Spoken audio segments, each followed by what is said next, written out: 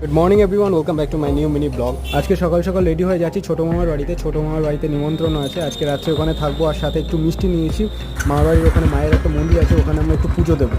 এদিকে তাকাও, এক তাকাও, একটু হাসো। এটাকে এটাকে কার কোলে উঠেছো? তো আমরা সবাই মিলে যাচ্ছি মায়ের মন্দিরের দিকে। মায়ের মন্দির বেশি দূর না মামার বাড়ি থেকে। তো আমরা এখন মায়ের মন্দিরের সামনে চলে এসেছি। আর এখানে সানা দেখো মায়ের মন্দিরের ভিতরে ঢুকে কি সুন্দর খেলা করছে।